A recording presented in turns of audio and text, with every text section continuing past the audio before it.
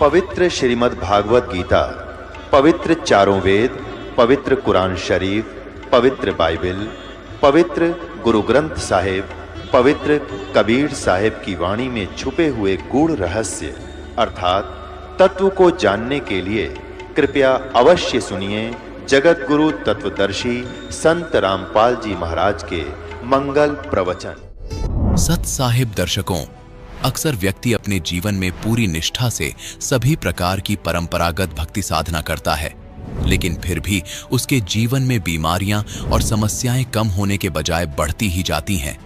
दर्शकों, ऐसी ही कहानी थी हरियाणा के रहने वाले करमचंद जी की। करमचंद जी ने अपने जीवन में अनेकों प्रकार की भक्ति साधनाएं अपनाई और विशेष रूप से शिव जी और गोरखनाथ जी की आराधना की, लेकिन इसके बावजूद भी करमचंद जी शारीरिक और मानसिक सुख से वंचित रहे। लेकिन दर्शकों, आज करमचंद जी का कहना है कि जब से मैंने संत रामपाल जी महाराज से नाम दीक्षा ली है और संत रामपाल जी महाराज द्वारा दी गई सच्ची आदि सनातनी भक्ति को अपनाया है, तब से मेरे जीवन की सारी परेशानियां दूर हो गई हैं और अब मैं शारीरिक सुख और मानसिक शांति की अनुभूति कर रहा हूं। दर्शकों, आखिर करमचंद जी ने हिंदू धर्म में प्रचलित भक्ति साधना को शास्त्र विरुद्ध क्यों बताया है? आखिर इसके पीछे की सच्चाई क्या है? आइए सुनते हैं करमचंद जी की कहानी, उन्हीं की जुबानी। सर नमस्कार। नमस्कार सर साहब जी। सर क्या नाम है आपका? सर मेरा नाम करमचंद है जी। कहाँ से आए हैं आप? जिला पंचकुला रायपुरानी से आया हूँ सर। सर क्या काम करते हैं आप? सर मैंने शास्त्री की डिग्री की हुई है और दास का आज एक मेडिकल स्टोर है जो हॉस्पिटल के पास है जी। संत रामपाल जी महाराज से आपने नाम दीक्षा कब ली? पूर्ण ब्रह्म परमात्मा से संत रामपाल जी महाराज से मैंने दीक्षा 13 सितंबर 2015 में ली है। सर आपने संत रामपाल जी महाराज जी से नाम दीक्षा ली, क्या कहना चाहेंगे? आज जब मैं उनकी शरण में हूँ तो मुझे पता है वो क्या है। वो एक पूर्ण परमात्मा है। उनकी शरण में आने के बाद मेरे घर से दुख क्लेश ऐसे चले गए हैं जैसे गधे के सिर से सींग चले जाते हैं जी। आज मैं इतना सुखी हूँ कि मेरे घर में हर समय खुशी की किलकारियां बरसती रहती हैं। पहले मैं एक हंसी देखने के लिए बचपन से तरस गया हूँ। आज जब मैं उनकी शरण में हूँ तो आज मेरे घर से हंसी जाती नहीं है और मेरे बच्चे और मेरा सारा परिवार आज पूर्ण रूप से सुखी है। आप पहले क्या साधनाएं करते थे? पहले जी बचपन से हमारे घर में गुरु गोरखनाथ जी की पूजा होती थी और जोत लगती थी। धीरे धीरे जब बड़े हुए तो पता लगा भी गुरु गोरखनाथ जी भगवान शंकर के अवतार हैं, तो हमने सोचा भी अंश को पूजने की बजाय हम शंकर भगवान को पूजता हूँ। तो धीरे धीरे मैंने शंकर भगवान के व्रत रखने शुरू कर दिए जी और उनकी भक्ति करता था। तो धीरे धीरे तमोगुण होने के कारण मैं मांस, मदिरा, जर्दा इन चीज़ों में प्रवृत्त हो गया और मैं इन सारी चीज़ों का घर से चोरी सेवन करने लग गया, क्योंकि घर में इन चीज़ों का बिल्कुल ही बहिष्कार होता था। धीरे धीरे फिर जब बड़े हुए, शास्त्री भी की हुई थी, सारा ज्ञान भी था, लेकिन फिर भी मैं चंडाल प्रवृत्तियों में बिल्कुल तरह से प्रवृत्त हो चुका था। फिर बहुत आत्मग्लानि भी होती थी मेरे को, ये सारी चीज़ें गंदियाँ, लेकिन कभी छोड़ नहीं पाया। सर संत रामपाल जी महाराज की शरण में कैसे आए आप? मैं रक्षाबंधन पे अपनी भक्तमती के साथ उनके घर पे गया हुआ था, तो मेरे साले के लड़के ने उनका नाम दाम ले रखा है पूर्ण प्रभु का। तो उनके घर वाले सारे उनके पीछे पड़े हुए थे भी ये पागल हो गया है, ये क्या ज्ञान करता है क्या नहीं करता। मैंने कहा भी चलो देखता हूँ। उन्होंने अलग कमरे में परमात्मा की तस्वीर लगाई हुई थी, जोत लगाई हुई थी, तो मैं उनके साथ गया और मैंने देखा भी ठीक तो है, ये क्या कर रहा है गलत। अब वो भी थोड़े थोड़े ऐब करता था तो उसने सब छोड़ दिए थे। मैंने कहा भी तुम्हें क्या चाहिए, तुम्हारा बच्चा सुधर गया है। तो जी मैंने फिर उससे बात की और थोड़ी थोड़ी भक्ति के बारे में उन्होंने बताया भी ऐसे ऐसे करते हैं। मैंने कहा ठीक है। फिर उनके पास 10 सत्संग थे, मैं उनको डाउनलोड करके अपने उस दिन मैं वहाँ घर पर आ गया। मैंने वो अपने कान में लगा के सारे सत्संग सुने, 10 थे वो। तो मेरे को एक अलग सी तड़प लग गई भी मेरे को अब नाम लेना चाहिए, क्योंकि मेरे को उस टाइम मैं इन चीज़ों को धीरे धीरे मैंने दारू वगैरह तो पहले ही छोड़ दिया था, बालाजी की पूजा करते थे हम, लेकिन मैं जर्दा नहीं छोड़ पाया था। तो उसकी वजह से मेरे को लगा भी मैं अब ये चीज़ें छोड़ सकता हूँ। तो मैंने दोबारा अपने साले के लड़के पे फ़ोन किया और मैंने कहा जी मैंने जाना है। तो उन्होंने कहा जी आप इतवार को आ जाना। तो मैंने कहा ठीक है जी मैं इतवार को आ जाऊँगा। फिर मैं बहुत कर्जे में डूबा हुआ था, तो मैं इतवार को जब इनका फ़ोन आया भी चलोगे, तो मेरे मन में आया भी यार अभी नहीं चलते, थोड़े दिन ठहर के चलेंगे, भी देखते हैं अभी कुछ होता है नहीं होता है। तो मैंने इनको कह के फ़ोन काट दिया और मैंने परमात्मा से अर्ज लगाई कि परमात्मा तेरा दास तो बहुत कर्जे में डूबा हुआ है, इसके पास किराया भी नहीं है, ये दुकान बंद करके कैसे आएगा। तो अगले 3 दिन सोमवार, मंगलवार, बुधवार मेरी दुकान पे जहाँ 100 रुपये, 200 रुपये, 500 रुपये नहीं बढ़ते थे, पूरे 3 दिन 5,000, 4500 और 3500 सेल हुई।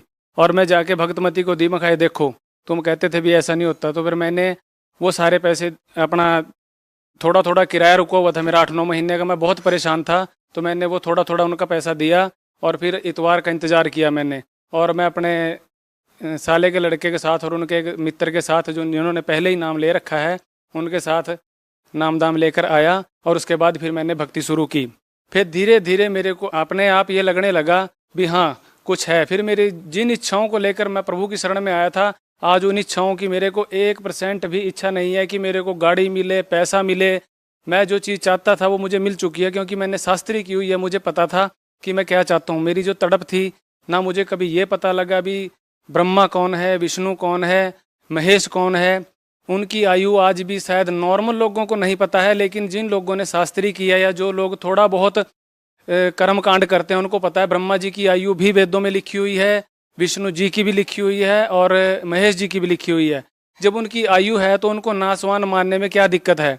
आज जब दास को ये सब पता था, लेकिन कभी इस क्वेश्चन के ऊपर कभी भी पूर्ण विराम नहीं लगा भी ये सब क्या है। भक्ति मैं पूर्ण रूप से करता था, लेकिन कभी ये नहीं। जैसे ही मैं प्रभु की शरण में आया और मेरे को अचानक लगा भी अब तुम्हारी तलाश जो है वो ख़त्म हो चुकी है, और मैं धीरे धीरे धीरे आज उनकी थोड़ी थोड़ी भक्ति करके आज मैं अपने मेडिकल स्टोर पे किसी से पैसे नहीं मांगता। कोई कह देता है कि पैसे नहीं है, कोई बात नहीं, ले जाओ, जब तुम्हारी इच्छा होगी दे देना। आज दास का ये हाल है। और मेरी दुकान में कभी भी माल कम नहीं हुआ। मैं कभी भी पहले जब कोई माल ले जाता था तो मैं 10 रुपये लिखता था, आज दास कोई पैसा नहीं लिखता। कोई पैसे दे के जाता है ठीक है, नहीं जाता है ठीक है। मेरे पास बैठने वाले कहते हैं भी यार ऐसा बदलाव क्या हो गया, कैसा क्या हो गया तेरे को। मैंने कहा जी जब उसने देना है तो वो ताले खोल कर दे देता है, और जब उसने नहीं देना है तो वो हाथ पर से उतार लेता है। हमारे पूर्ण परमात्मा ऐसे हैं कि रोगों को ऐसे काट देते हैं। मैं आपको बता दूं कि मेरी शादी को 15 साल हो चुके हैं और मेरी पत्नी को मैं कभी भी हंसते हुए नहीं देख पाया, क्योंकि उसके गले में दिक्कत रहती थी। और मैंने कभी भी उसको एक दिन भी ये नहीं कहा उसने भी मैं आज ठीक हूँ, आप काम पे चले जाओ। पहले मैं नौकरी करता था, मैंने 10-11 साल नौकरी किया, मेडिकल लाइन से हूँ। मैंने उसके सारे टेस्ट कराए हैं, लेकिन एक भी टेस्ट में कोई भी प्रॉब्लम नहीं है और उसकी कोई भी बीमारी नहीं निकली। जब मैंने पूर्ण परमात्मा संत रामपाल जी महाराज से नाम लिया तो मैंने वो 10 जो मेरे पास सत्संग थे वो मैंने उनको डाउनलोड करके दे दिए। वो कह रही भी मैं जब ठीक हो जाऊंगी तब परमात्मा की शरण में जाऊंगी, वरना जाऊंगी नहीं। तो उन्होंने वो 2 या 3 हफ्ते सुने आराम से, तो उनको तड़प लग गई। कह रही जी लेके चलो। मैंने कहा नहीं, पहले अपनी तसल्ली कर लो, जब आप कहोगे मैं बिल्कुल ठीक हूँ तब जाऊंगी। मैंने 1-2 हफ्ता उसको इग्नोर कर दिया, लेकिन वो कह रही जी आप जाते हो ठीक है, वरना फिर मैं अपने भतीजे पे फ़ोन करती हूँ, मेरे को लेके जाएगा। मैंने कहा चलो ठीक है मैं करता हूँ। फिर मैंने उसको 1 महीने बाद, अपने नाम लेने के 1 महीने बाद मैं उसको लेके आया। आज वो बिल्कुल खुश है, उसकी कोई दवाई नहीं चलती और वो हर टाइम हंस रही है। इन 4 महीनों में मुझे जो हंसी मिली है वो मेरे को 15 साल में कम से कम 20 लाख रुपए लुटा के भी नहीं मिली है। संत रामपाल जी महाराज से नाम दीक्षा कैसे लिया आपने? संत रामपाल जी महाराज पूर्ण ब्रह्म ने 2009 से ये जो अपना नाम देते हैं ये सीडी से देना शुरू कर दिया था, और हमने कुरुक्षेत्र में सीडी से नाम दाम प्राप्त किया और आगे भक्ति शुरू की जी। मैं तो ऐसा भाग्य हूँ जी, मैं तो पूर्ण परमात्मा को साक्षात अभी देख भी नहीं पाया हूँ। दर्शन मैं हर रोज करता हूँ, महसूस भी करता हूँ, लेकिन मैं तो अभी 4 महीने पहले सीडी से ही नाम लिया था और सुख ऐसे आए हैं। मैं सोचता हूँ जब उनके चरणों में चला जाऊंगा तब क्या होगा। अभी तो मैंने सीडी से नाम लिया और मेरे घर में खुशियां ही खुशियां हैं। संत रामपाल जी महाराज पर बार बार आरोप लगाया जाता है कि संत रामपाल जी महाराज संस्कृत का ज्ञान नहीं रखते, वो संस्कृत भाषा को जानते ही नहीं है। वहीं दूसरी तरफ आप शास्त्री हैं, संस्कृत भाषा को आप अच्छे से समझते हैं। सर आपको क्या लगता है कि संत रामपाल जी महाराज संस्कृत भाषा का ज्ञान रखते हैं? संत रामपाल जी महाराज संस्कृत के बारे में कितना जानते हैं? वहीं मैं दूसरी तरफ आपसे ये भी जानना चाहूंगा कि भक्तों के लिए संस्कृत जानना जरूरी है या किसी भाषा का ज्ञान रखने वाला ही परमात्मा की प्राप्ति? विद्वान की परिभाषा किसी भाषा से नहीं होती, क्योंकि जो आदमी संस्कृत में विद्वान है वो पंजाबी में अविद्वान है। कोई भी भाषा किसी को विद्वान साबित नहीं कर सकती। मैं इसके बारे में इतना ही कहूँगा कि अगर हमारे पूर्ण परमात्मा संस्कृत नहीं जानते तो वो उन्होंने गीता या संस्कृत या वेदों का नहीं, उन्होंने उर्दू के कुरान शरीफ का, इंग्लिश में बाइबल का, और हमारे जितने भी धर्म ग्रंथ पुराण वगैरह ये हैं इनका सबका उन्होंने सटीक बिल्कुल अच्छा उल्लेख किया है जी। कभी ये लोग इतने परेशान इसलिए हो रहे हैं क्योंकि इनको अपनी सच्चाई का आज पता लग चुका है और ये घबराए हुए हैं। अभी जो इतना बड़ा स्ट्रक्चर इनका आज खड़ा हो चुका है वो अब डगमगाता दिख रहा है इनको। आज अगर हम लोगों को आर्य समाजियों के उस ज्ञान के बारे में बताए तो हम अपने घर में नहीं बैठ सकते। मेरे को मैं आज बताऊंगा भी नहीं और बता भी नहीं पाऊंगा। मैं तो कहूंगा भी अगर लोगों को लगता है भी आर्य समाजियों का ज्ञान अच्छा है तो उनकी सत्यार्थ प्रकाश मंगाएं और उसको पढ़ें। उसके बाद में मेरे गुरु जी की ज्ञान गंगा मंगाएं और उससे मैच करें। उनको पता लग जाएगा भी ज्ञानी कौन है और अज्ञानी कौन है। वो तो उनको आज ये लगता है कि वो पूर्ण ज्ञानी है, संस्कृत नहीं जानते। जिन लोगों को ये शंका है भी मेरे गुरु जी है पूर्ण परमात्मा ये नहीं जानते, तो वो सत्संग देख के उन्होंने सभी ग्रंथ अपने आगे रखे हुए हैं। कुरान शरीफ भी है, बाइबल भी है, गीता भी है, ऋग्वेद भी है और कबीर परमेश्वर का कबीर सागर भी है। वो उस चीज को साबित करते हैं वहां पे बैठ के भी ज्ञान क्या है। अगर हम उस चीज को देखने के बाद समझने के बाद भी आंखें बंद कर लेते हैं और उसको समझना नहीं चाहते, अपने अहंकार बस कहते हैं भी ये तो नॉर्मल है इसको छोड़ो परे, तो वो हमारी मूर्खता है। अब उसका मतलब है कि हमारा भाग्य फूटा हुआ है, हम नरक की तरफ जा रहे हैं। अगर ये सच ना होता या इससे कोई प्रभाव ना होता या इससे सुख ना होते तो उनमें से एक मैं भी हूँ जो जुड़ा हूँ। आज मेरे को इतना ज्ञान हो गया, मैं बचपन से गीता पढ़ रहा हूँ, मेरे कभी भी पल्ले नहीं पड़ी। मैंने बचपन से ही मेरे घर में गीता रही है, मैंने उसका पाठ भी किया, लेकिन आज मैं कुछ जान चुका हूँ भी। गीता में भगवान कहते हैं भी अर्जुन को भी तेरे भी जन्म हो चुके हैं, मेरे भी जन्म हो चुके हैं। हमें आज तक यही पता नहीं लगा भी कृष्ण भगवान गीता का ज्ञान दे रहे हैं या काल ब्रह्म दे रहा है। ये चीजें आज मैं जब उसको डिफाइन कर पाऊँ, जिसको अलग किया है मैंने, और मेरे परमात्मा ने मुझे इतना छोटा सा ज्ञान दिया है कि मैं उसे आज समझ चुका हूँ, तो ये चीज आज बच्चे की समझ में आ जाती है। आज जिन लोगों ने गीता का सिर्फ नाम सुना था वो आज गीता के बारे में बातें करते हैं, उनके श्लोक बताते हैं, अध्याय बताते हैं, अंक बताते हैं। वो आज लोग इस बात का प्रूफ है कि ज्ञान कहीं ना कहीं ये सही है। पहले हमें जानना चाहिए, फिर किसी तय तक जाना चाहिए और नतीजे पर जाना चाहिए। सर, संत रामपाल जी महाराज के शरण में आने से पहले आप मांस खाते थे, सभी प्रकार के व्यसन करते थे। सर, आज आपकी क्या स्थिति है? इस ज्ञान से मुझे इतना हो गया है कि हम चंडाल थे धरती के ऊपर, जो हम उन चीजों को, उनको भी जीने का हक है। उनको भी ये व्यसन हमें सिर्फ धार्मिक मार्ग से भ्रमित करते हैं। हमें अहंकार इतना दे देते हैं कि हम अपने आप को ही परमात्मा के बराबर समझने लग जाते हैं। हमें लगता है कि आज जो है वो मैं ही मैं हूँ। आज पैसा है, मांस खाओ, दारू पियो, अंडे खाओ, लेकिन जब आप इस ज्ञान को सुनोगे और इस ज्ञान को समझोगे तो आप उसको हाथ लगाना तो बहुत दूर की बात है, आप उसके पास भी नहीं जाओगे। सर, संत रामपाल जी महाराज से नाम दीक्षा लेने के बाद आपने बताया कि आपने सब प्रकार के व्यसन छोड़ दिए हैं, नशे बुराइयां छोड़ दी हैं। संत रामपाल जी महाराज कोई जड़ी बूटी या कोई गोली दवाई ऐसी रखते हैं क्या, जिसके देने से आप लोग सब बुराइयां छोड़ देते हैं, नशा छोड़ देते हैं? ये तो ऐसी गोली है जी, ज्ञान की गोली है। जिसने ये खा ली वो इस धरती के ऊपर ऐसा व्यसन नहीं करेगा, कोई बेईमानने से पैसा नहीं कमाएगा। आज दास बेईमानने का पैसा तो छोड़ो, मैं अपनी दवाई के पैसे नहीं लेता। अगर कोई कह देता जी पैसे नहीं है, कोई बात नहीं, जाओ जी।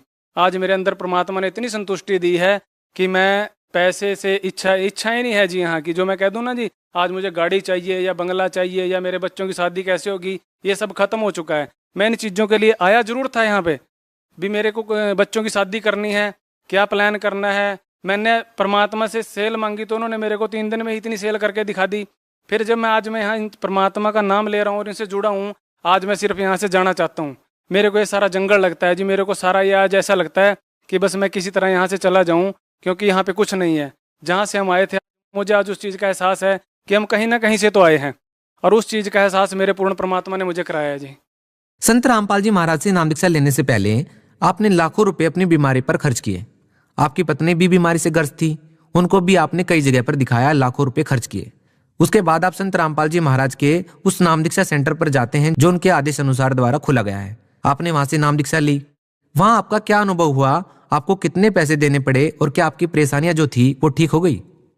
अगर ये चीजें पैसे से दूर होती तो आज बहुत सारे संत हैं जो पैसा लेके ये काम कर रहे हैं, लेकिन उनके भक्त आज भी समाज में साची को तज के झूठे से नेक किए हुए हैं। और हम कहते हैं भी वो सारी भक्तियां करते हैं। आज वो नामदामी भी हैं, वो इतनी फ्लेक्सिबिलिटी चाहते हैं नामदाम में भी, वो अपने पितरों को भी पूज सकें, वो मंदिरों में भी जा सकें। कुछ भक्तों से मैं किसी संत का या पंथ का नाम नहीं लूँगा, सिर्फ इतना कहूँगा भी वो भक्त चाहते हैं भी मेरे को पितर भी पूजने पड़े और सारे जो भी टोने टोटके हैं वो करने पड़े, और नामदाम भी। नामदाम लेने से कल्ले मुक्ति नहीं होती, उसकी कुछ मर्यादाएं भी होती हैं, वो हमें निभानी पड़ती हैं। और हमारे यहाँ पे कोई मेरा पैसा नहीं लगा, कोई कुछ नहीं लगा। अगर ये पैसे का काम होता तो आज यहाँ से इतने सुख प्राप्त नहीं होते भगत जी। सर, कुछ लोगों का मानना है कि संत रामपाल जी महाराज अन्य धर्म गुरुओं की निंदा करते हैं, इस बारे में क्या कहना चाहेंगे आप? हमारे पूर्ण परमात्मा किसी की निंदा नहीं करते, वो एक ज्ञान को सामने लेके आए हैं जो सही है।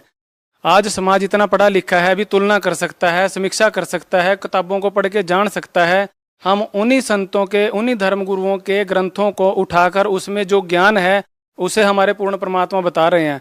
अगर लोग उसको समझना नहीं चाहते या उसको मानवश छोड़ना नहीं चाहते तो उसमें हमारे पूर्ण परमात्मा का कोई दोष नहीं है। वो तो हमें मुक्ति देना चाहते हैं, क्योंकि वो अपनी अच्छी आत्माओं को ऊपर से लेने आते हैं और हमें हमारे घर के बारे में बताते हैं। अभी आपका सतलोक में कोई घर है, आप अच्छी आत्माएं हैं।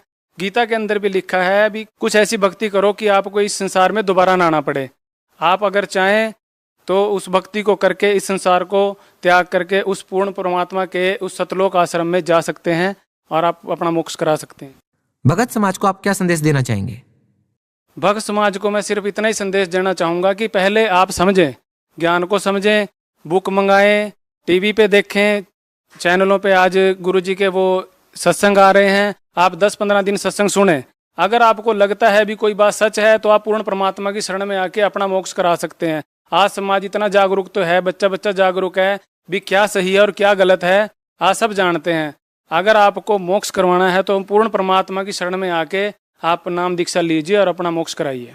सर बहुत बहुत धन्यवाद। सच साहब। दर्शकों, अभी आपने सुने संत रामपाल जी महाराज से दीक्षा प्राप्त करके सुखी हुए भक्त के अनुभव। अब देखिए जगत गुरु तत्वदर्शी संत रामपाल जी महाराज के मंगल प्रवचन। श्रीमद् भगवत गीता अध्याय नंबर 4 के श्लोक नंबर 32 में 32 में कहा है कि अर्जुन, मैंने अभी आपको अध्याय नंबर 4 के श्लोक नंबर 25 से लेकर 30 तक जिन साधकों और साधनाओं की जानकारी दी है, और वो साधक चाहे कोई देवी देवताओं को पूजता है, उसी को सत्य मानता है, पापनाशक जानता है, कोई स्वाध्याय करता है, कोई तीक्ष्ण अहिंसावादी व्रत ही करके मुंह पर पट्टी बांध के नंगे पैरों घूम कर अपनी साधना को सही मान रहा है। चौथे अध्याय के 32वें श्लोक में कहा है कि इन यज्ञों माने धार्मिक अनुष्ठानों की जानकारी ब्रह्मणे मुखे सच्चिदानंद घन ब्रह्म ने अपने मुख कमल से बोली है। पुण्यात्माओं, दास ने एक शब्द बोला था, गुरु बिन काहुन पाया ज्ञाना, जो थो था भुस छड़े मूड किसाना, गुरु बिन वेद पढ़े जो प्राणी, समझन सार रहे अज्ञानी। श्रीमद् भगवत गीता चारों वेदों का निष्कर्ष है। चौथे अध्याय के 32वें श्लोक में यहां एक ब्रह्मणे मुखे शब्द है। इस ब्रह्मणे मुखे शब्द का हमारे अनुवादकर्ताओं ने इस दास से पहले जो अनुवाद दास ने किया है, गहरी नजर गीता में एक पुस्तक बनाई है, यानी उसका अनुवाद समझो श्रीमद् भगवत गीता का अनुवाद है। उसका नाम लिखा है गहरी नजर गीता में। इससे पहले जितने महापुरुषों के आप अनुवाद उठाकर देखोगे उसमें क्या लिख रखा है, ब्रह्मणे मुखे का अर्थ किया है वेद की वाणी। और इन्हीं अनुवादकर्ताओं ने 17वें अध्याय के 23वें श्लोक में इसी ब्रह्मणे का अर्थ किया है सच्चिदानंद घन ब्रह्म। वो यथार्थ अनुवाद है, वो सही अर्थ है। यहां ये विचलित हो गए, तो ये विद्वान नहीं थे, इसलिए इन्होंने अनुवादों का अड़ंगा कर दिया। अपनी ओछी सोच से अर्थ भी अनर्थ कर दिए। ब्रह्म का अर्थ भगवान होता है, तो ब्रह्म का अर्थ कोई वेद करता है तो महामूर्ख है। वेद एक संविधान है, भगवान की जानकारी देता है, उसके नियम बताता है, और ब्रह्म भगवान है। जैसे एक राजा है, राजा का संविधान है, उसके अंदर उसके सारे नियम लिखे हुए हैं, कैसे एक प्रजा को रहना चाहिए, क्या अपराध है, कैसा ना करना चाहिए। और कहीं पर कोई राजा का अर्थ और संविधान लिख दे तो वो अर्थ ठीक नहीं कर रहा, अनर्थ कर रहा है। इसी प्रकार यहां ब्रह्मणे माने सच्चिदानंद घन ब्रह्म, और मुखे अपने मुख कमल से बोली गई वाणी में विस्तार से कहे हैं। सच्चिदानंद घन ब्रह्म ने अपने मुख कमल से बोली उस अमृत वाणी में उन धार्मिक युगों की जानकारी, अनुष्ठानों की जानकारी विस्तार के साथ कही है। और उसको तत्व ज्ञान कहते हैं, और उसको जानने के बाद तो सभी कर्मों से मुक्त हो जाएगा। अब गीता ज्ञान दाता कौन है? ये ब्रह्म है। जैसे दास ने शब्द सबसे पहले ये बोला था कि ब्रह्म शब्द पर्याप्त है, लेकिन ब्रह्म का अर्थ भगवान कहो, साब कहो, राम कहो, तो ये सत्संग एक ऐसी जटिल समस्या बन गई, जो अध्यात्म मार्ग कि दास यदि किसी पॉइंट को कच्चा छोड़ के आगे चलेगा तो प्रथम बार सुन रहा भक्त कुछ नहीं समझ पाएगा। इसलिए एक ये सामूहिक लेक्चर दिया जाता है आध्यात्मिक टीचर होने के नाते, तो उसमें ये ध्यान रखा जाता है कि शायद प्रथम कक्षा के बच्चे भी आए जो पहली बार दीक्षा लेने आए, और किसी के वैसे कहने से वैसे भी श्रोता बन कराते हैं। तो ये इसलिए यहां थोड़ा सा डिफाइन करेंगे। जैसे साहब कहो, ब्रह्म कहो, राम कहो, गॉड कहो, अल्लाह कहो, खुदा कहो, ईस कहो, ब्रह्म कहो। अब जैसे एक तहसीलदार भी साहब है, प्रभु है, स्वामी है अपने विभाग का, ऐसे ही आगे चले हम थोड़े शॉर्ट में बताऊंगा। जैसे डिप्टी कमिश्नर भी साहब है, मंत्री भी साहब है, मुख्यमंत्री भी साहब है। खूब समझते हो आप कि ये साहब कितने सतर के हैं, और प्रधानमंत्री भी साहब कहलाते हैं, और राष्ट्रपति जी भी साहब ही कहलाते हैं। तो इसे समझ लेना। तो ये इसलिए ब्रह्म, अब जैसे मुख्यमंत्री जी हैं, ये एक क्षेत्र के मालिक हैं, स्वामी है, ये पूर्ण स्वामी नहीं है, पूरे भारत के स्वामी नहीं है। इसी प्रकार यहां जो ब्रह्म शब्द है, ये ब्रह्म है 21 ब्रह्मांड का स्वामी। इसको ज्योत स्वरूपी निरंजन गीता अध्याय नंबर 11 के श्लोक नंबर 32 में स्वयं कहता, मैं काल हूं, ये काल ही है। और काल भी स्वामी है। जैसे एक जेल का सुप्रिटेंडेंट, वो जेल का स्वामी है, सुप्रिटेंडेंट साहब भी है, ऐसे ही ये काल साहब है, 21 ब्रह्मांड का स्वामी है, या एक जेल है, यो जेल का सुप्रिटेंडेंट साहब है, ये समझ लो। तो ऐसी ऐसी इसने 21 जेल बना रखी है, एक ब्रह्मांड भी ये जेल है। तो ऐसे ये 21 ब्रह्मांड का साहब है, ये ब्रह्म है, लेकिन ये कंप्लीट ब्रह्म नहीं है, ये पूर्ण ब्रह्म नहीं है, इसलिए ब्रह्म शब्द बोला गया। तो यहां प्रत्येक इसके अंग को हमने समझने के लिए ऐसे करना पड़ेगा। तो इस ब्रह्म ने श्रीमद् भगवत गीता का ज्ञान श्री कृष्ण जी में प्रवेश करके, जैसे को प्रेत बोलती है किसी के अंदर, ऐसे बोला। ऐसे ही इस काल ने एक ब्रह्मा कुमारी पंथ चलाया अभी 100 वर्ष पहले लगभग, और उसमें एक प्रेत आता है, वो कहता अहम ब्रह्मास्मि, मैं ब्रह्मा हूं। कभी कहता है अहम शिवोहम, मैं शिव हूं। ये एक प्रेत का चलाया हुआ है, और वो प्रेत कभी ब्रह्मा की पदवी पर था। जैसे कोई गांव का प्रधान सरपंच रिटायर हो जाता है, उसको अगली बार नियुक्त नहीं किया जाता, तो लोग फिर भी उसको सरपंच साहब कहते हैं, प्रधान साहब बोलते हैं, जोरा जी रहा रहे। और वो भी कहीं मिलता है, कोई कहता भी कौन है, कि फलाना सरपंच हूं, और जब वो सरपंच नहीं होता। तो ऐसे ही दास ने परमात्मा के ज्ञान, कबीर परमात्मा से प्राप्त उस ज्ञान को आगे बढ़ाया है, as it is, as a tape recorder. Das का इसमें इतना ही योगदान है कि दास को परमात्मा का जो अंतःकरण टेप रिकॉर्डर ठीक कर दिया उस परमेश्वर कबीर जी ने, और उसमें अपना ज्ञान भर दिया।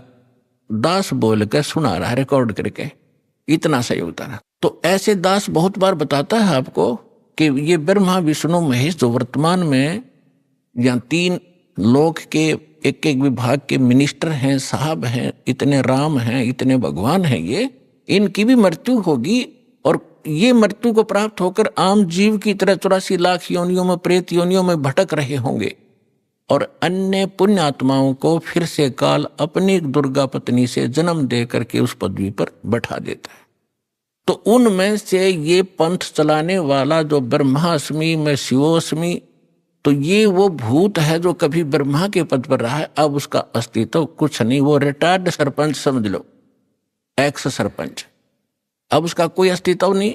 तो वो बोलकर उसने वो पंथ चला दिया। आज भी उसकी मुरली सुनकर, वो भूत की बात सुनकर एक बहुत बड़ा जनसमूह अपना जीवन नाश कर रहा है। दास का प्रयत्न किसी की निंदा करना नहीं, दास का प्रयत्न है कि सभी हम एक परमात्मा के बालक बच्चे हैं, बहन बेटी भाई, और उस काल ने ये जाल फैला रखा है कि मैं इतने पंथ चला दूंगा नकली कि कोई समझ नहीं सकेगा ओरिजिनल पंथ कौन सा है। तो दास ऐसा प्रयत्न कर रहा है कि जैसे पहले के, अभी बहुत बार होती रहती है घटनाएं कि कोई 500,000 के नोट नकली छाप देता है और सरकार को जो पता चलता है तो दोनों ओरिजिनल और डुप्लीकेट दोनों के दोनों मीडिया के माध्यम से, समाचार पत्रों के माध्यम से उनकी पहचान कराई जाती है कि ये इस टाइप का डुप्लीकेट है, ये ओरिजिनल है। तो सरकार निंदा नहीं कर रही होती, एक महापरोपकार करती है। तो दास का यही प्रयत्न समझ लेना कि हमारे जो यथार्थ सदग्रंथ हैं वो तो हमारे ओरिजिनल नोट हैं, ओरिजिनल सदग्रंथ हैं, और उसके अतिरिक्त कोई अनुभव बता रहा है, कोई मार्ग चला रहा है, वो डुप्लीकेट है, वो हानि हो रही उनके जीवन की। तो दास ने कोई शौक नहीं है किसी की, इसको आप आलोचना का नाम देते हो तो आपकी बुद्धि अच्छी नहीं है, आपको अध्यात्म ज्ञान नहीं है। तो इसी प्रकार ये काल ने स्वयं, इसमें श्री कृष्ण जी के अंदर स्वयं काल प्रवेश कर गया। श्री कृष्ण भी ये 3 लोक के प्रभु हैं, एक विभाग के। इसके अंदर आम प्रेत नहीं प्रवेश कर सकता, इनके अंदर, इनमें इतनी पावर होती है। तो उनके अंदर काल स्वयं आया और उसने गीता का ज्ञान दिया। तो यहां ब्रह्म बोल रहा है इस गीता को। अब हम परम अक्षर ब्रह्म कहेंगे, उसको पूर्ण ब्रह्म कहेंगे, जो इससे अन्य परम शक्ति है, और उसको हमने पाना है। अब क्या कहा है कि वो सच्चिदानंद घन ब्रह्म ने अपने मुख कमल से, गीता ज्ञानदाता स्वयं कह रहा है, उस धार्मिक अनुष्ठानों की जानकारी विस्तार के साथ कही है, और उसको तत्व ज्ञान कहते हैं। और उस ज्ञान को प्राप्त करके प्राणी सभी कर्मों से मुक्त हो जाता है, वो छुटकारा पा लेता, उसका पुनर्जन्म नहीं होता। चौथे अध्याय के 34वें श्लोक में कहा कि अर्जुन, उस तत्व ज्ञान को जो परमात्मा स्वयं आकर अपने मुख कमल से वो वाणी बोलता है, वो तत्व ज्ञान है। उस तत्व ज्ञान को, उसको सूक्ष्म वेद भी कहा है। उस तत्व ज्ञान को तू तत्वदर्शी संतों के पास जाकर समझ, उनको दंडवत प्रणाम करने से, कपट छोड़कर सरलता पूर्वक प्रसन्न करने से वो तत्वदर्शी संत तुझे उस परमात्म तत्व का, अर्थात तत्व ज्ञान का उपदेश करेंगे। अब 15वें अध्याय के प्रथम मंत्र में उस तत्वदर्शी संत की पहचान भी बता दी है कि जो संत उल्टे लटके हुए संसार रूपी वृक्ष के, ये संसार रूपी वृक्ष है अर्जुन, ऊपर को जड़ है वो तो पूर्ण परमात्मा है, पूर्ण ब्रह्म है, जिस तो सबका धारण पोषण करता है। 15वें अध्याय के 1 से लेकर 4 श्लोक में और 16-17 श्लोक में 3 पुरुष, 3 भगवान, 3 ब्रह्म स्पष्ट किए हैं। सरपुरुष कहो, सरब्रह्म कहो, ये तो काल है।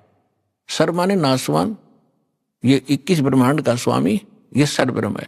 और दूसरा अक्षर ब्रह्म, अक्षर पुरुष कहो, चाहे प्रभु कहो, स्वामी कहो, राम कहो, ब्रह्म कहो, ये 7 शंख ब्रह्मांड का स्वामी है। इसकी आयु बहुत लंबी है, लेकिन इसकी भी मृत्यु है, इसलिए इसको भी अक्षर पुरुष कहा है, ये चिरस्थायी है। और फिर तीसरे नंबर का जो परमात्मा है, परम अक्षर ब्रह्म कहलाता है, वो बताया उत्तम पुरुष तु अन्य, जो 17वें श्लोक में कहा 15वें अध्याय के, उत्तम पुरुष तु अन्य परमात्मा इति उदाहरत है। ये लोग तरम अविश्य विवर्ती अवैश्वर है, वो परमात्मा इन दोनों से अन्य है, जो 15वें अध्याय के 16वें श्लोक में सरपुरुष और अक्षर पुरुष कहे हैं। इनसे कोई अन्य है वो परमात्मा जो सबका धारण पोषण करता 3 लोकों में प्रवेश करके। 15वें अध्याय के प्रथम श्लोक में बताया कि ऊपर को जड़ और नीचे को शाखा वाला ये उल्टा लटका हुआ संसार रूपी पीपल का वृक्ष समझो, एक फॉर एग्जाम्पल दिया है। और जो संत इसके सभी विभाग बता दे, न्यारे न्यारे भिन्न भिन्न स वेदवित, वह वेद के तात्पर्य को जानने वाला है, वह वेद का ज्ञाता है, वो तत्वदर्शी संत है। तो पुण्यात्माओं 600 वर्ष पहले परमात्मा स्वयं आए थे, जैसा उनका विधान है कि वो स्वयं आकर अपने मुख कमल से उस तत्व ज्ञान का प्रचार करते हैं, जो हमारे नकली धर्मगुरुओं ने, डुप्लीकेटों ने रिजेक्ट करके कूड़े की टोकरी में डाल रखा था, धानक जुलाहा कह के, उसकी वाणी झूठी कह के। आज दास को परमात्मा ने जोरी बनाया, उस लाल को परखा और उसको कूड़े की टोकरी से उठाकर आज सिद्ध कर दिया कि Kabir is God, Kabir is God, Kabir is complete God.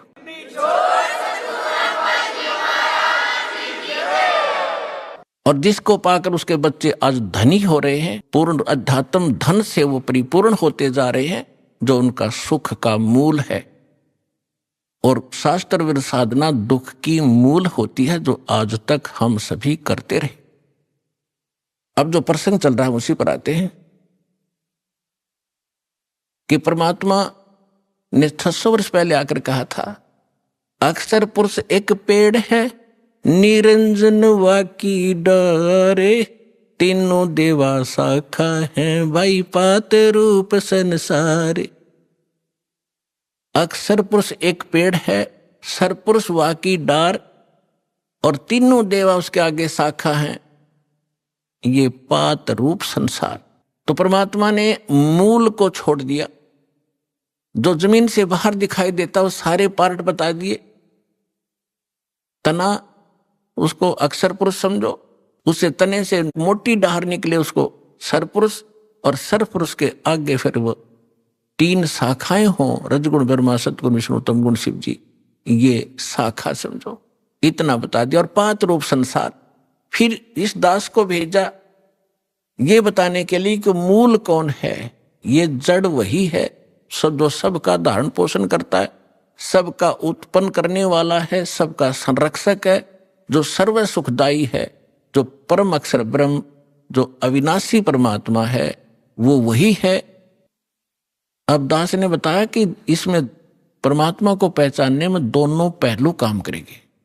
एक तो हमारी थ्योरी, हमारा जो सिलेबस पाठ्यक्रम, और साथ में प्रैक्टिकल। पाठ्यक्रम बता रहा है और फिर वो प्रैक्टिकल, जिन्होंने प्रैक्टिकल किया, उन महापुरुषों ने जिनको भगवान मिले, सचखंड लेकर गए, सतलोक ले गए, फिर वापस छोड़ा, उनमें से 6-7 शुभ नाम दास के याद हैं। आदरणीय धर्मदास साहिब जी, गांव बांधवगढ़, मध्य प्रदेश, और आदरणीय मलुकदास साहिब जी, आदरणीय नानक साहिब जी, जो सिख धर्म के प्रवर्तक माने जाते, आदरणीय दादू साहिब जी, आदरणीय गरीबदास साहिब जी, गांव छुरानी, जिला जज्जर, हरियाणा वाले, आदरणीय गीसा दास साहिब जी, गांव खेखड़ा, उत्तर प्रदेश वाले, आदरणीय स्वामी रामानंद जी, काशी वाले। तो इन महापुरुषों में से आदरणीय गरीबदास साहिब जी के विषय में दास बताना चाहेगा। उन्होंने कहा कि हम सुल्तानी नानक तारे दादू को उपदेश दिया, जात जुलाहा भेद न पाया, वो काशी माहे कबीर हुआ। अनंत कोट ब्रह्मांड का एक रति नहीं भारे, सतगुरु पुरुष कबीर हैं, ये कुल के सिरजनहारे। तो वो जड़ है उस संसार रूपी वृक्ष के, वो कबीर है। कबीर परमात्मा कौन? उसको परम अक्षर ब्रह्म कहो, उसको सत्य पुरुष कहो, अमर पुरुष कहो, उसे परम पुरुष कहो, उसे परम अक्षर ब्रह्म कहो, उसे परम अक्षर पुरुष कहो। ये उनके उपमात्मक नाम है। वास्तविक नाम उस परमात्मा का कबीर देव है। उसको अल्लाहु अकबर कहो, कबीर देव, कबीर साहब, अल्लाहु अकबर, कबीर भगवान, अल्लाह माने भगवान, अकबर अकबरी, अकबीर कबीर, ये कबीर को ही अपभ्रंश करके अकबर बोलते हैं। जैसे हम कबीरू बोल देते हैं, कबीरा बोला करते थे। जैसे गरीबदास जी को गांव वाले गरीबू कहा करते थे। तो ऐसे हम अपभ्रंश करके अपने नाम रख लेते हैं। उनका वास्तविक नाम है कबीर देव, अल्लाहु अकबर, अल्लाह कबीर, गॉड कबीर। अब जो प्रसंग चल रहा था उसी पर आते हैं कि वो परमात्मा स्वयं यहां आते हैं। अब इसमें दोनों पहलू साथ चलेंगे कि जिनको भगवान मिले उन्होंने प्रैक्टिकल किया, और जो हमारे सदग्रंथ आज तक हमें ज्ञान दे रहे थे, हमारे धर्मगुरु समझ नहीं सके, वो हमारा दुर्भाग्य और उनका भी दुर्भाग्य कहेंगे, क्योंकि वो उनकी बुद्धि काल के वश थी। अब हम सतगुरु शरण में आ गए तो हमारे ऊपर काल की जकड़ नहीं रही, इसलिए आप इस ज्ञान को समझ रहे हो। जिस दिन आपका नाम खंड हो जाएगा, यहां से कनेक्शन कट गया, परमात्मा का पंजा आपसे उठ जाएगा, आपको यही शब्द कड़वे लगने लग जाएंगे, और ये हमारे यहां भक्त भी आपको बुरे बुरे दिखाई देंगे, क्योंकि काल प्रवेश कर जाएगा, आपकी बुद्धि को भ्रष्ट कर देता है। आज तक ब्रह्मा विष्णु महेश की गांठ बांध रखी, इसने चक्कर बांध रखा, समझने नहीं दिया। आपकी क्या औकात, आप इस मालिक की शरण से दूर होकर आप सुखी हो जाओगे। जून का महीना हो और एसी रूम से बाहर निकल कर कोई सुखी हो सकता है? चाहे शराब पी कर चाहे निकले जा बाहर, गली में पड़ा रहो, बेशक वो कहा रहो शराब के नशे में कोई बहुत सुखी हूं, अब सुखी हूं, खाक सुखी है, रेत में पड़ा पसीने आए पड़े, झागा रे मुख में। तो ऐसी दशा उन लोगों की जो भगवान से दूर हटकर इस काल के खेमे में खेल खेल रहे हैं। चाहे वो भक्ति कर रहे हैं, वो भक्ति भी नकली, या संसारिक सुख प्राप्त करने के लिए वो को प्रयास कर रहे हैं, क्योंकि इस काल की साधना से सुख हो ही नहीं सकता। सुख होगा तो इस परमात्मा की ही रजा से, साधना से होगा। आदरणीय गरीबदास साहिब जी ने प्रैक्टिकल बताया, अजब नगर में ले गए हमको सतगुरु आने, अजब नगर में ले गए हमको परमेश्वर आने। आन माने आके, अजब नगर में ऐसे अजब कमाल के लोक में लेकर गए भगवान मुझे खुद आकर के, और जल के बिंब अगाध गति हम सूते चादर ताड़े। अजब नगर में ले गए हमको सतगुरु आण, यानी वो सतगुरु भी हैं, वो भगवान भी हैं। जो सतगुरु होता है, सच्चा ज्ञान तो देता हो भगवान ही देता है, भगवान ही सच्चा ज्ञान दे सकता है। तो उनको सीधे भगवान मिले थे, सतगुरु कहो चाहे परमेश्वर कहो। अजब नगर में ले गए हमको परमेश्वर आने, आन माने आके, ये हमारी देसी भाषा हरियाणा की लैंग्वेज में देखा ग्रंथ है। और जल के बिंब अगाध गति वहां सूते चादर तान, चादर तान के सोना, यानी कति निश्चिंत हो जाना, बेफिक्र होकर सोना। एक मुहारा है यहाँ देसी कि अच्छा चादर तान के सोए है, सारे काम कर लिए।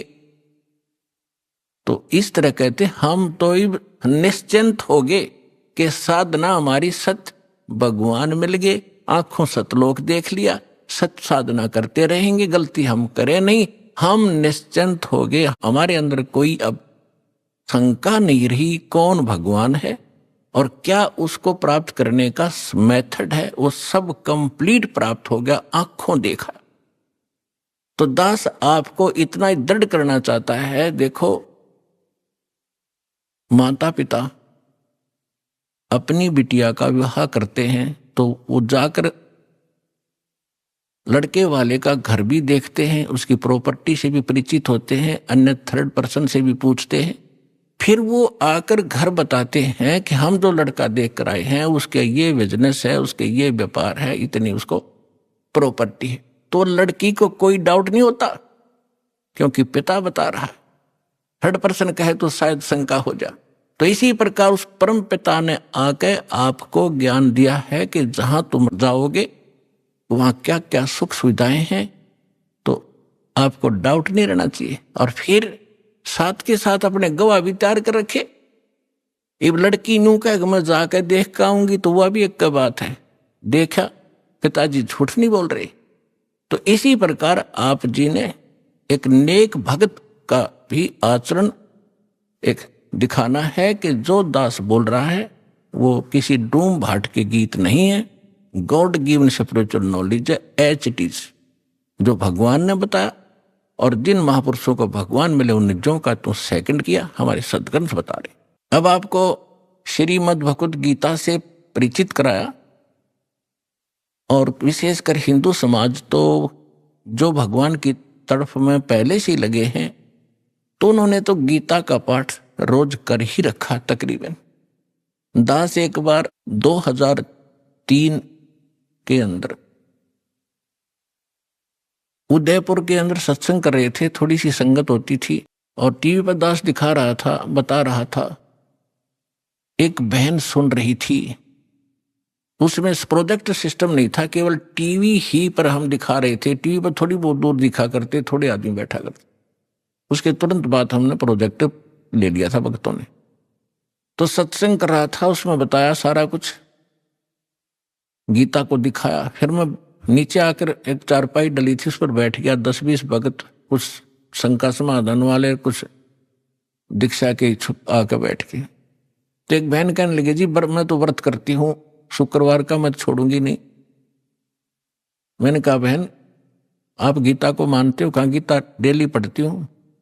मैंने कहा, 6 अध्याय के 16वें श्लोक में गीता जी में लिखा है कि अर्जुन, ना तो ये साधना, ये योग आदि खाने वाले की सफल हो सकती, और ना बिल्कुल न खाने वाले की, बिल्कुल ना खाना, व्रत रखना, और ना ज्यादा जागने वाले की। लोग दिखावा नहीं होगा, मैं 4-2 बजे उठ लेता हूँ, फिर साधना करता हूँ और सोता ही नहीं रात में। नहीं, नाम उठत ना हम बैठत, नाम सोवत जागवे, नाम खाते नाम पीते, नाम सेती लागवे। ठीक है, जो वृद्ध हैं, जिनको काम नहीं, किसी टाइम उठो और बैठो, करो सेवा साधना। लेकिन सारे दिन मेहनत करने वाला आदमी कैसे उठ लेगा? 2 बजे 10 बजे सोया हुआ, या 11 बजे सोने पाओ आजकल। तो कहने का भाव यह है कि ना घना जागने वाले का, ज्यादा सोने वाला भी मूर्ख है। संध्या पढ़कर सो उठे 9 बजे, वो क्या भक्ति करेगा? तो कहते सब संयम रखो, सबके अंदर अंदर संयम, हर तरह का संयम रखकर साधना करने से होता है। तो मैंने इतना ही कहा था कि गीता अध्याय नंबर 6 के श्लोक 16 में नोबोलॉजी बिल्कुल सही है, और मैं रोज पढ़ती थी। आज बुद्धि खुली है मेरी। माँ बेटी, आज तक तुम्हारी बुद्धि काल ने जकड़ रखी थी, रोज पढ़ा करते। मोती मुक्ता दर्शत नाही, ये जग है सब अंदरे, दिखत के तो नैन चश्म, इनका फेरा मोतिया बंदरे। ये बड़े विद्वान पढ़े थे, बड़े लय ला कर गीता का पाठ करा करते थे, बड़ी मधुर वाणी से श्लोकों का उच्चारण किया करते थे, 1 घंटे तक। तो खाक था उनके पास, मोतिया बिन था, उसको पता नहीं इसमें बोल क्या रखा, तुम कर क्या रहे हो। तो आज दास तो बता रहा है कि बुद्धिमान भक्त हैं, और इन्होंने गीता और इनको खूब पढ़ा हुआ है, और परमात्मा की शरण में आने से आपकी बुद्धि ओपन हो जाती है, काल का प्रेशर प्रभाव हट जाता है, आप खूब आसानी से सोच लेते हो और समझ सकते हो। तो गीता के अंदर जो दास ने प्रमाण दिए, विशेषकर हिंदू समाज जिनसे खूब परिचित है कि ऐसा ही लिखा है, लेकिन समझ नहीं सके थे। आप विद्यार्थी, अगर विद्यार्थी सिलेबस समझ ले तो फिर टीचर की क्या आवश्यकता है? फिर आप पे पढ़ जाते सारे। तो टीचर इसलिए बनाए जाते हैं कि सब अनुभव करते हैं, सिलेबस को पढ़ते हैं, फिर बच्चों को सुनाते, फिर प्रैक्टिकल करवाते हैं। थ्योरी से प्रैक्टिकल होता है, एज इट इज होगा, बिल्कुल सही होगा। अब आपको सुनाते वेदों से। वैसे वेद 4 वेदों का सारांश श्रीमद् भगवद गीता है, लेकिन इस मन के अंदर ज्यादा ही अड़ंगा भर दिया इन अज्ञानियों ने, तो वेद भी पैरेलल साथ लेने पड़ेंगे। परमात्मा की पहचान क्या है, वो क्या करता है? अब जैसा भी आपने पाठ प्रकाश के समय सुना कि सतलोक से चलकर आए, वो परमात्मा सतलोक से चलकर आए कबीर जी। और गरीबदास जी भी कहते हैं कि अलल पंख अनुराग है सुन मंडल रह थीर, दास गरीब उधारिया में सतगुरु मिले कबीर, और अजब नगर में ले गए हमको सतगुरु आए। धर्मदास जी कहते हैं सतलोक से चलकर आए काटन यम की जंजीर। मुल्कदास जी भी कहते हैं कि अमरलोक से चलकर आए काटन यम की जंजीर। तो इसी प्रकार सभी महापुरुषों ने जिनको परमात्मा मिले हैं, रामानंद जी ने कहा कि 2 ठौर है एक तू, भया एक से 2, और गरीबदास हम कारणे तुम आए हो मगजो, वहां से चलकर आए हो।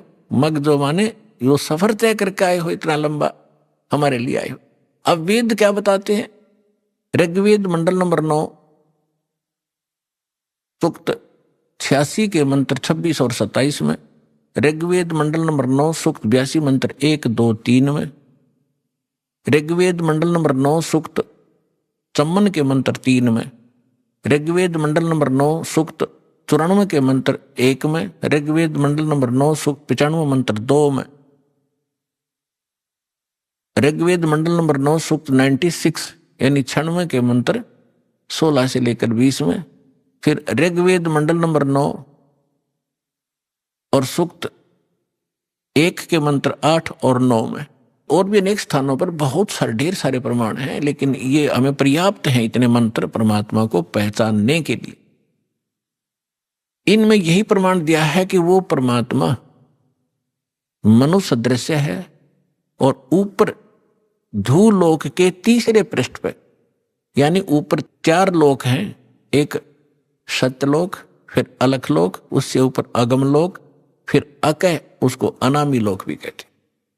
तो प्रत्येक लोक को 3 विभागों में बांटा हुआ है। जैसे अपनी दिल्ली राजधानी है, एक तो बाह्य क्षेत्र है जो ग्रामीण क्षेत्र होता है, और एक बाजार क्षेत्र है, बाजार में जहां दुकानें हैं, बाजार है, और तीसरा वो स्थान है जहां हमारी पार्लियामेंट हाउस है।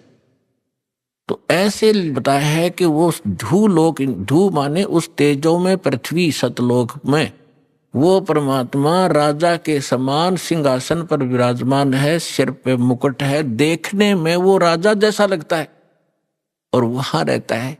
ऐसा ही परमेश्वर ने खुद बताया है, ऐसा ही महापुरुषों ने जिनको भगवान मिले उन्होंने बताया है कि उस परमात्मा के एक रूम में बाल कहो, बाल का छिद्र कहो जो रोमकूप कहलाता है, करोड़ सूर्य मिला दे, करोड़ चंद्रमा, इतनी रोशनी उस मालिक की, वो भी फीकी पड़ जाए।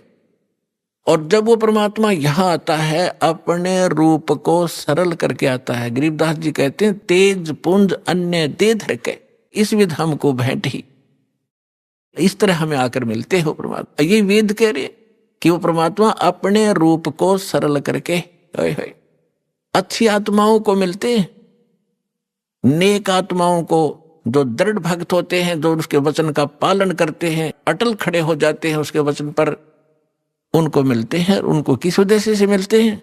ज्ञान देने के लिए। और फिर वो परमात्मा एक कवि जैसा आचरण करते हैं, कवियों की तरह, कविताओं के माध्यम से, लोकोक्तियों के माध्यम से, दोहा दोहावलियों के माध्यम से अपने तत्व ज्ञान का प्रचार बोल बोल के अपनी अमृतवाणी में वो करते हैं, सुनाते हैं। उसको लिपिबद्ध कर लिया जाता है, वो सच्चिदानंद घन ब्रह्म की वाणी कहलाती है।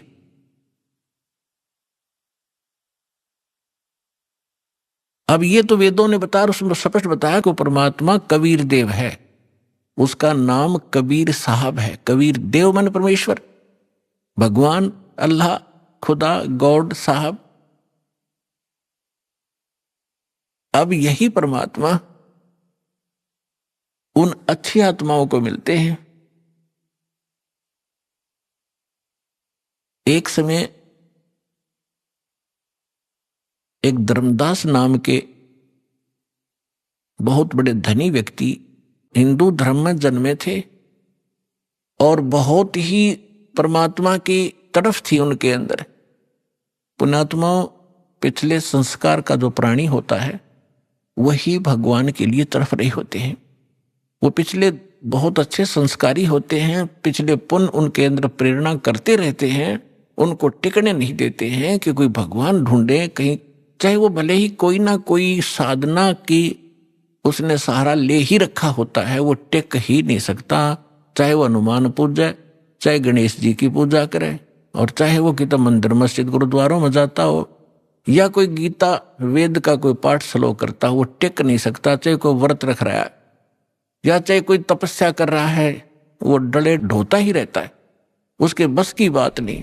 अभी आपने सुने संत रामपाल जी महाराज के मंगल प्रवचन। आइए अब सुनते हैं संत रामपाल जी महाराज से नाम दीक्षा लेकर सतभक्ति करके अद्भुत लाभ प्राप्त करने वाले अनुयायी के विचार।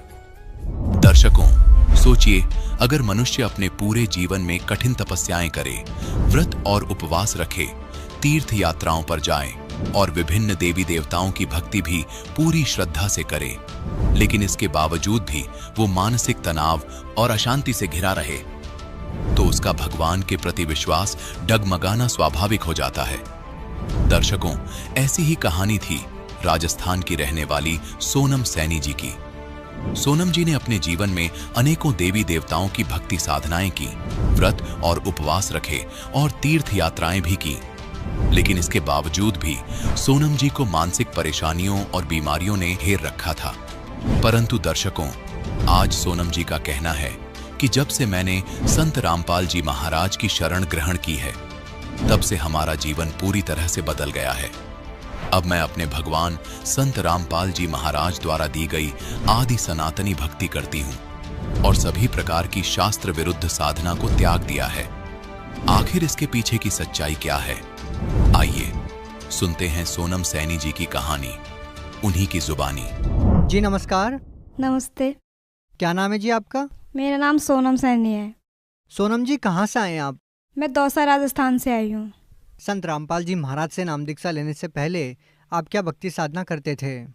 ये जो हिंदू समाज में प्रचलित है, देवी देवताओं की पूजा करना और इनके व्रत करना, यही साधनाएं करते थे हम पहले। जब आप ये सभी प्रकार की पूजाएं कर ही रहे थे, तो आपको संत रामपाल जी महाराज से नाम दीक्षा लेने की क्या जरूरत आन पड़ी? इन सब की भक्ति साधनाएं करते हुए भी हमें कोई लाभ नहीं हो रहा था। मतलब उल्टा ज़्यादा हम लोग नीचे गिरते गए, हम ज़्यादा से ज़्यादा बीमार होते थे और मुझे तो बहुत ज़्यादा प्रॉब्लम थी। इतनी भक्ति साधना करते हुए भी मुझे कुछ भी लाभ नहीं हो रहा था। दुर्गा जी के व्रत करती थी, तो वो करवा चौथ का व्रत करते थे ना, वो भी मैंने किया था कि क्या पता मैं ठीक हो जाऊं। उनका व्रत करने से कहते हैं कि दुर्गा माता सबके संकटों को हरती है, तो मैंने भी यही किया, व्रत करते थे, लेकिन कोई बेनिफिट नहीं हुआ हमें। इसलिए मैंने सोचा कि इन सब की भक्ति करने से कोई लाभ नहीं होगा। फिर उसके बाद हमारे फूफा जी हैं मानपुर के, तो वो हमें बताते थे कि इन सब की भक्ति करने से कुछ नहीं होता, ये सब काल के बंधे, मतलब ये सब काल के ही, काल निरंजन की भक्ति है ये सब, इनको करने से हमें कोई लाभ नहीं होगा। तो हम कहते थे कि तो फिर इनसे बड़ा और कौन भगवान है जिसकी भक्ति करने से हमें सब हमारी बीमारियां हैं वो सारी ठीक हो जाए। तो वो बताते थे कि पूर्ण परमात्मा कबीर साहब की भक्ति करनी चाहिए हमें, वही हमारे सारे दुखों को हर सकते हैं और इनकी भक्ति करने से हमें कोई लाभ नहीं हो सकता। तो आपने संत रामपाल जी महाराज से नाम दीक्षा कैसे ली? वो बताते थे कि संत रामपाल जी महाराज सच्चे गुरु है इस धरती पे और वही पूर्ण परमात्मा की भक्ति बताते हैं। जैसे मुझे बीमारी थी, वो उनके भी फेफड़े ख़राब थे काफ़ी और उनको ब्लडिंग भी होती थी उल्टी के साथ में, तो वो बिल्कुल ठीक हो गई थी उनके संत रामपाल जी महाराज से नाम दीक्षा लेने के बाद। तो वो बताते थे कि जैसे मेरा रोग ठीक हो गया है तो तुम्हारा नहीं होगा क्या? तो हमने कहा कि चल ठीक है, एक बार लेकर भी देख लेंगे, क्या पता ठीक हो जाए हम भी।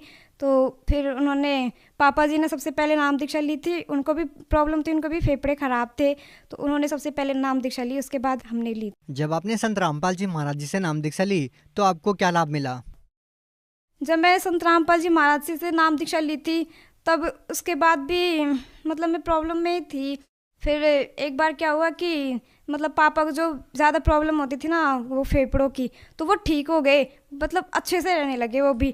फिर मैंने सोचा कि अगर ये भी ठीक हो गए तो क्या पता मैं भी ठीक हो जाऊँ, मैं भी एक बार गुरुजी से प्रार्थना कर लूँ कि वो कहते हैं, मतलब पापा जी बताते हैं कि अगर हम सच्चे हृदय से भगवान को याद करेंगे ना तो वो ज़रूर हमारी मदद करते हैं। तो फिर ऐसे ही मैं एक बार, जब मैं मतलब मुझे पीरियड में सबसे ज़्यादा पेन होता था, मैं खाना भी नहीं खा पाती थी और मुझे बुखार भी होने लगता था और मैं सो भी नहीं पाती थी, इतना ज़्यादा दर्द होता था मुझे पीरियड में।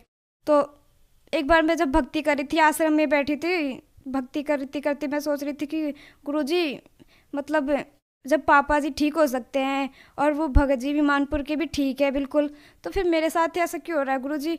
मैं डॉक्टरों के चक्कर काटते काटते हैरान हो गई, मैं दवाई भी ले लेती हूँ, फिर भी मुझे वही प्रॉब्लम होती है। डॉक्टर बताते हैं कि आपको खून की कमी है और ये पेन तो होता ही है, खैर ये तो नॉर्मल सी बात है। फिर मैंने कहा कि गुरुजी ऐसे तो मैं कब तक डॉक्टर के पास जाऊंगी, हर बार मुझे पीरियड आता है तो मुझे डॉक्टर के पास जाना पड़ता है, खाना भी नहीं खा पाती मैं। तो फिर मैं सोचा कि गुरुजी अब आप ही करो जो करना है, इन सब की बीमारियों को आपने ठीक किया तो मेरी भी प्लीज़ कर दीजिए ना आप ठीक। उसके बाद फिर मैं सो गई थी। फिर जब मैं सुबह उठ के देखा तो मुझे इतना बिल्कुल पेन नहीं हो रहा था, मैं खाना भी खा लिया था मैंने और मैं चल भी पा रही थी और मैं काम भी करती थी और मैं स्कूल भी जाती थी और पैदल भी चल लेती थी। नहीं, उससे पहले मैं कभी ना तो चल पाती थी ना खाना खा पाती थी, उल्टा मुझे उल्टियाँ होने लगती थी और इतना ज़्यादा दर्द होता था कि पापा मुझे डॉक्टर के पास ले जाते थे और डॉक्टर कहता था कि ऐसे तो होता ही है, खैर दर्द तो और ठीक हो जाएगा, ये तो ऐसे होता ही है नॉर्मली। फिर मैंने कहा कि मैं क्या, अब रहने दो, मुझे नहीं जाना डॉक्टर के पास, अब तो गुरुजी करेंगे ना, वो ठीक ही करेंगे, अब तो उनके ऊपर ही छोड़ देती हूँ मैं, चाहे कुछ भी हो। फिर उसके बाद पहले का दिन है और आज का दिन है, अब मुझे बिल्कुल पेन नहीं होता, मैं ठीक हूँ। जब से मैंने संत रामपाल जी महाराज से नाम दीक्षा ली है उसके बाद से मैं बिल्कुल ठीक हूँ, मुझे कोई पेन नहीं होता अब। और कोई लाभ? जी, जब से मैंने संत रामपाल जी महाराज से नाम दीक्षा ली है उसके बाद से मुझे ना तब बुखार होता है। पहले मुझे बुखार बहुत ज़्यादा होता रहता था, 10-15 दिन में मुझे बुखार चढ़ता ही रहता था। पापा जी भी परेशान हो गए थे कि कब तक दवाई दिलाए, हमारी आर्थिक स्थिति भी इतनी अच्छी नहीं थी कि पापा जी दवा भी दिला पाए और घर का भी खर्चा चला पाए। तो उन्होंने संत रामपाल जी महाराज से प्रार्थना लगवाई कि गुरुजी ऐसे ऐसे होता है, इसे बार बार में से बुखार चढ़ने लगता है और ये प्रॉब्लम होती है, पीड़ा वाली वो अलग से है। तो फिर उसके बाद गुरुजी का आदेश आया कि बेटा चिंता मत करो, अब भक्ति क्या करो अच्छे से, ये सब कुछ रोग ठीक हो जाएंगे, परमात्मा दया करेंगे। उसके बाद से मुझे आज तक बुखार भी नहीं चढ़ा, अब मैं बिल्कुल ठीक हूँ। और कोई लाभ? जी, मेरे बड़े वाले भैया हैं, वो काम करने के लिए एक बार हरियाणा गए थे, तो उनको डेंगू हो गया था। उन्होंने जांचें भी करवाई थी, तो जांचों में भी इतना क्लियर नहीं आया कि इनको डेंगू है। फिर उनके मतलब ज़्यादा हालत ख़राब हो गई थी, फिर वो घर आ गए वहाँ से। फिर घर आ गए थे तो उनकी ज़्यादा हालत ख़राब हो गई थी, तो फिर उनको जयपुर भेज दिया। दौसा में मतलब उनके प्लेटलेट्स ज़्यादा डाउन हो गए थे ना, तो उन्हें दौसा भेज दिया था। दौसा में उनको मना कर दिया था कि इनका इलाज यहाँ नहीं होगा, इनकी प्लेटलेट्स है वो 20,000 ही रह चुकी है, आप इनको जल्द से जल्द इनको जयपुर पहुँचाइए, तभी तो ये बच सकते हैं, वरना इनके बचना बहुत मुश्किल है इनका। फिर उनको जल्द से जल्द जयपुर पहुँचाया गया। उसी दिन जयपुर पहुँचाया तो फिर उनके वहाँ जाँचें हुई, एक दिन में तो उनकी जाँचें हुई। जाँचों में आया था कि इनको कोरोना हो गया है। तो पापा जी तो घबराए गए थे कि इनको कोरोना आ गया, अब तो ये बचने वाले नहीं है। डॉक्टरों ने भी मना कर दिया था कि ये बचने वाले नहीं है, ये आज या फिर अभी ख़त्म भी हो सकते हैं, ऐसे बोल दिया था डॉक्टरों ने। फिर उसके बाद मतलब पापा जी ने गुरुजी से प्रार्थना लगवाई कि गुरुजी ऐसे ऐसे हो गया है, इसे कोरोना हो गया है और पता नहीं ये बचेगा भी या नहीं। फिर मतलब पापा जी ने सोचा कि अब तो इसको यहाँ भर्ती करवाने से भी क्या फ़ायदा है। फिर पापा जी उसे घर ले आए। घर ले आने के बाद जब गुरुजी से प्रार्थना लगाई तो दूसरे दिन उसका आदेश पूछा। गुरुजी ने बताया कि बेटा चिंता मत करो, कभी परमात्मा दया करेंगे, ऐसे बोलना कि ये भक्ति करे अच्छे से। तो उसके दूसरे दिन बाद जब उनको डेंगू की दवाई दिलवाई थी ना, तो संत रामपाल जी महाराज जी की दया से वो बिल्कुल ठीक हो गए, वरना डॉक्टरों ने तो मना कर दिया था कि जयपुर वालों ने कि ये नहीं बचने वाली है, रास्ते में ख़त्म हो जाएंगे, आप चाहे इनका इलाज करवाओ या ना करवाओ, कोई फ़ायदा नहीं है उसका। सोनम जी, संत रामपाल जी महाराज जी ने आपको इतने सारे लाभ दिए हैं, लेकिन लोगों का यह विश्वास कर पाना बहुत मुश्किल है कि किसी संत के आशीर्वाद से या मंत्रों के जाप से इस तरह का लाभ होना, तो उन लोगों को आप कैसे विश्वास दिलाएंगे? जैसे कि हाँ, ये बात सही है कि लोग विश्वास नहीं करते कि संतों के आशीर्वाद से ऐसा कुछ हो भी सकता है, लेकिन हमारे साथ हुआ है तो हम तो कैसे नहीं बोल सकते कि हमें ऐसे लाभ नहीं हुए हैं। हमने तो साक्षात देखे है ना कि हाँ, वाकई में संत रामपाल जी महाराज ऐसे लाभ करते हैं। तो मैं तो ये लोगों से ये प्रार्थना करूँगी कि आप सभी लोग एक बार संत रामपाल जी महाराज का ज्ञान सुने और उनसे नाम दीक्षा लेकर एक बार चेक तो कर सकते हैं ना कि वाकई में ऐसे लाभ हमें होते भी हैं या नहीं, या फिर ये संत ऐसे ही बोलते हैं। और देखिए, आज के ज़माने में तो सारे लोग एजुकेटेड हैं, कोई गंवार नहीं है जो उनसे नाम दीक्षा ले लेगा। और एक बार आप उनका ज्ञान सुनकर देखिए, मतलब अच्छे धर्मगुरु भी चुप हो जाते हैं, उनका ऐसा ज्ञान है। एक बार आप लोग उनका ज्ञान सुनकर देखिए, फिर उनसे नाम दीक्षा लेकर देखिए कि आपको कोई लाभ होता भी है या नहीं। हमें तो हुआ है, हमें तो पता है कि हाँ, संत रामपाल जी महाराज क्या है और वो सारे दुखों को दूर भी कर सकते हैं, ये हमें पूरा विश्वास है। आप भगत समाज को क्या संदेश देना चाहते हैं? मैं भगत समाज को ये संदेश देना चाहूँगी कि आप सभी भी संत रामपाल जी महाराज के शरण में आए और उनकी सद्भक्ति करें और अपना मानव जीवन कल्याण करवाए। जी, बहुत बहुत धन्यवाद। जी सत साहिब।